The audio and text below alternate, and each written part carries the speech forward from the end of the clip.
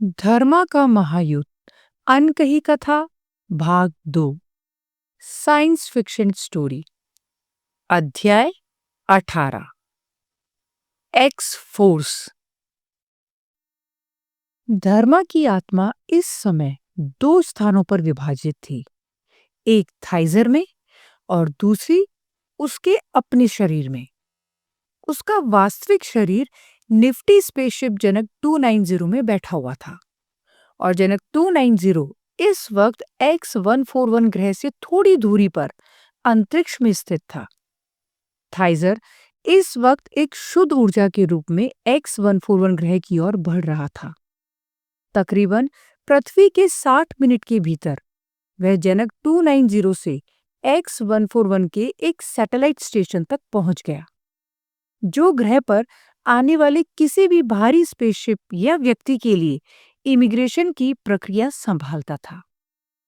X141 ग्रह पर भारी यातायात सीमित था। ये ग्रह इरिट्रिया जैसे संरक्षित नहीं था, जहां हर दिशा में कॉर्प्स का रक्षा कवच तैनात था।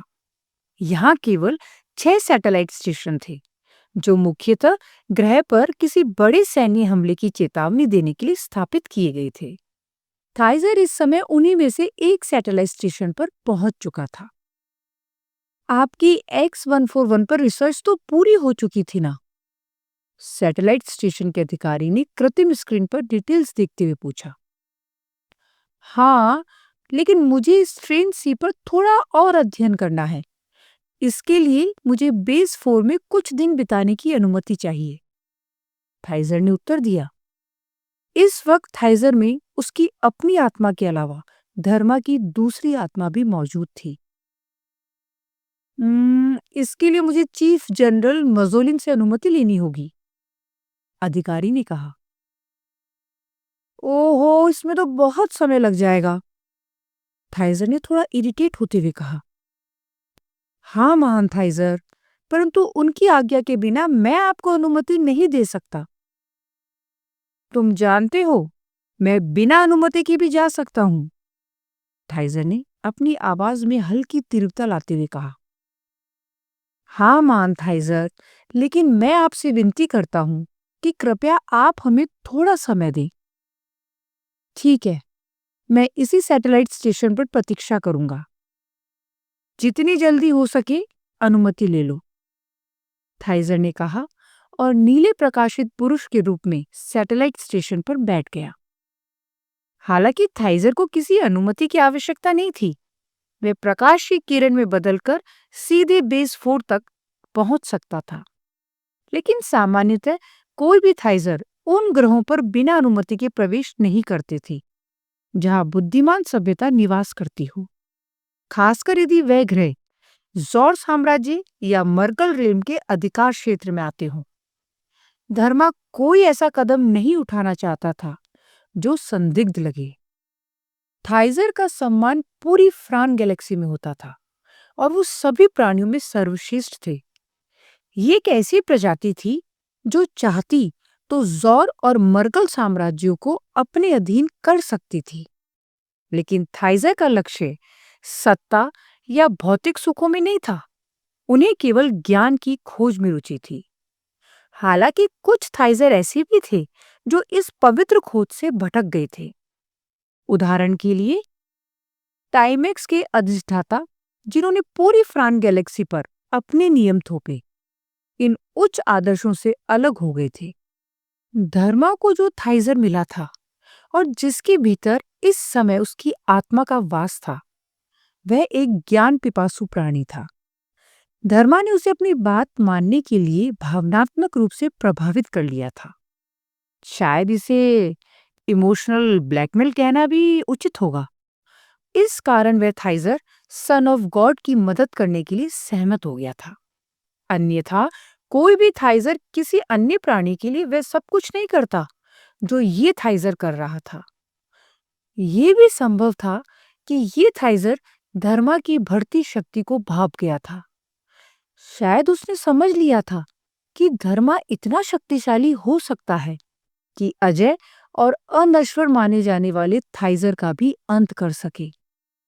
यदि उसे पहले से पता होता तो शायद धर्मा को पर काया प्रवेश की शक्ति के बारे में ना तो बताता और ना ही उसे इस अद्वितीय क्षमता का प्रयोग करना सिखाता। क्या ये थाइजर धर्मा से भयभीत था, इसलिए उसका सहयोग कर रहा था, या फिर ये थाइजर कोई गहरी चाल चल रहा था जिसमें धर्मा फंस गया था? इन सवालों का उत्तर समय के साथ ही मिलेगा। धर्मा और थाइजर अपने अपने विचारों में खोए हुए थे जब एक सैनिक ने आकर कहा, महान थाइजर, चीफ जनरल मजोलिन ने आपको आज्ञा दे दी है। आप स्ट्रेंज सी पर अपनी रिसर्च पूरी कर सकते हैं। आप बेस 4 जाने के लिए स्वतंत्र हैं। थाइजर ने हल्के से सर झुकाया और तुरंत अपने आप को प्रकाश की किरण में परिवर्तित कर लिया। कुछ ही क्षणों में वह बेस 4 पर पहुंच चुका था। इस दौरान धर्मा X-141 ग्रह को नोकोविद के विरुद्ध संगठित करने और इस पर अपना बेस स्थापित करने की योजना को अंतिम रूप दे चुका था। X-141 को अब धर्मा नाम के खतरे का सामना करना था। इधर कोई और भी धर्मा की तलाश में लगा हुआ था। रोम ने वीवो को गुनिका का ठिकाना बता दिया था। वह अंडरग्राउंड सिटी, जो आगामी देव और गुनिका को अब तक सबसे सुरक्षित स्थान लगती थी, लेकिन वीवो ने उसे ढूंढ निकाला था। बिना किसी देरी के उसने डायस और अजय सेना के साथ वहां धावा बोल दिया। आगामी देव और गुनिका अब वीवो की कैद में थे। डायस का क्रूर चेहरा गुनिका की ओर देखते हुए एक भयानक मुस्कान में तब्दील हो गया। इस परिंदे के पर जला डालो, डायस ने निर्दयी स्वर में आदेश दिया। डायस के सैनिकों ने तत्काल आगामी देव के पंखों में आग लगा दी। वह जलन से चीखने लगा। उसका दर्द पूरे वातावरण में गूंज रहा था। डायस के चेहरे पर कोई करुणा नहीं थी। उसकी निर्दयता किसी भी नियम कानून से परे थी। आगामी देव की चीखें गुनिका के लिए असहनीय थी। वह करुणा और आक्रोश से कांप रही थी, परंतु कुछ कर पाने में असमर्थ थी। कुछ ही क्षणों में आग ने आगामी देव के पंखों को भस्म कर दिया। उसकी पीठ पर जलने के गहरे निशान उभर आए। दर्द और वेदना से तड़पता आगामी देव डायस और उसकी सेना की क्रूरता का प्रत्यक्ष प्रमाण बन गया। तुम दोनों यदि मुझे उस आतंकवादी धर्मा का पता बता दो तो तुम्हें इस वेदना से मुक्ति मिल जाएगी, वीवो ने कहा। वरना तुम्हारी भी वही हालत होगी जो उन लोगों की हो रही है जो तुम्हारे उस अवैध अंडरग्राउंड शहर में रहते थे, डायस भद्दी हंसी के साथ बोला। अजय सेना ने उस अंडरग्राउंड शहर पर घातक हमला किया था। एक सुसंगठित सेना जो पागल आक्रांता या डाकू जैसी क्रूरता दिखा रही थी, जहां किसी को भी मार दिया जाता था और किसी को भी दंड दिया जाता था। कई स्त्रियों का शारीरिक और मानसिक शोषण किया गया था। बहुत से बच्चों ने इस अति क्रूर आक्रमण से भयभीत होकर अपनी जान गंवाई थी।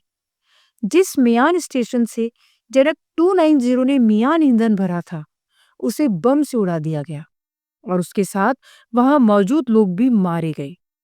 इतनी क्रूरता शायद ही किसी ने किसी प्राणी के साथ की हो। क्या आतंकवादी बोरो था या डायस? आगामी देव और गुनिका को उनके प्रिजन सेल में सब कुछ लाइव दिखाई दे रहा था। अब उनकी बारी थी। दोनों निर्वस्त्र थे और आगामी देव दर्द से करह रहे थे। शायद अब गुनिका की बारी थी। डायस ने गुनिका के नग्न शरीर को घूरते हुए कहा, तू सुंदर तो बहुत है, मजा आएगा। वीवो एक स्त्री होकर इस सब का हिस्सा बन रही थी। ये सबसे दुखद था। उसने डायस की किसी भी बात का प्रतिरोध नहीं किया। गुनिका चीखी, क्रू डायस, तूने मुझे हाथ भी लगाया तो अच्छा नहीं होगा। सन ऑफ गॉड से डर। हा हा हा, वो बहरूपिया, वो तुझे बचाएगा? बता, वो कहाँ है? डायस ने मजाक उड़ाया। तू मेरी जान भी ले ले तो भी मैं तुझे नहीं बताऊंगी। गुनिका चीखी, डाइस ने गुनिका को उसकी गर्दन से पकड़ा और उसे बेहद भद्दी नजरों से घूरा। उसके चेहरे पर वासना के स्पष्ट संकेत थे। प्लीज उसे छोड़ दे डाइस, आगामी देव दर्द से कराहते हुए बोला। तुम दोनों को जितनी भी यातनाएं दी जाए ना, उतनी कम है। कौर के कातिलों, डाइस ने गुस्से में कहा। उसी वे दृश्य याद आ गया जब वे नुकोवित के साथ कॉमेट ग्रह पर था और इन आतंकवादियों ने वहां के लोगों पर क्रूर यातनाएं की थी। नोकोवित की हिम्मत और साहस ने उसे उस दिन बचाया था। डाइस ने गुनिका को पकड़कर उसे यहां वहां किस करना शुरू कर दिया। गुनिका तिलमिला रही थी। रुक जाओ डाइस, रुक जाओ, आगामी देव तड़पते हुए बोला। तो बता दो धर्मा कहाँ है? वीवो ने आगामी देव को घूरते हुए पूछा। वीवो के सामने ही गुनिका का अपमान हो रहा था, लेकिन उसे इस बात से कोई फर्क नहीं पड़ा। वीवो, तुम एक स्त्री हो, इसे रोको, आगामी देव चीखा। वह दर्द से बेहाल होकर जमीन पर पड़ा हुआ था। धर्मा कहाँ है? डायस ने गुनिका को जमीन पर लिटाया और उसे जितना दर्द दे सकता था उतने दर्द के साथ उसका मान मर्दन कर रहा था। आगामी देव से ये सब देखा नहीं गया और वह चीख उठा। धर्मा X141 में है, प्लीज अब गुनिका को छोड़ दो। X141? वीवो ने विस्मय से कहा। वो X141 क्यों गया है? वीवो ने आगामी देव से गुस्से में पूछा। वो X41 को अजय सेना की कैद से छुड़ाने गए हैं, आगामी देव रोते हुए बोला। उसके सामने डायस अभी भी गुनिका का मान मर्दन कर रहा था। क्या वो पागल है? अकेला X141 को क्या ही छुड़ाएगा? वीवो थोड़ी हैरान होकर बोली। प्लीज प्लीज डायस को रोको, आगामी देव रोते हुए बोला। वो मेरे बॉस हैं, उन्हें मैं नहीं रोक सकती, वीवो ने कहा। आगामी देव जोर जोर से रो रहा था और डायस तब तक नहीं रुका जब तक गुनिका डायस के आधे मानव आधे मशीन शरीर के द्वारा दिए गए अत्यधिक दर्द से बेहोश नहीं हो गई थी। वीवो को धर्मा के बारे में कुछ अहम जानकारी मिल गई थी। क्या उसे ये नोकोविट को बता देना चाहिए या फिर धर्मा को खुद पकड़कर लाना चाहिए? डायस ने वीवो को एक नजर देखा और उसे समझ आ गया था कि वीवो क्या सोच रही थी।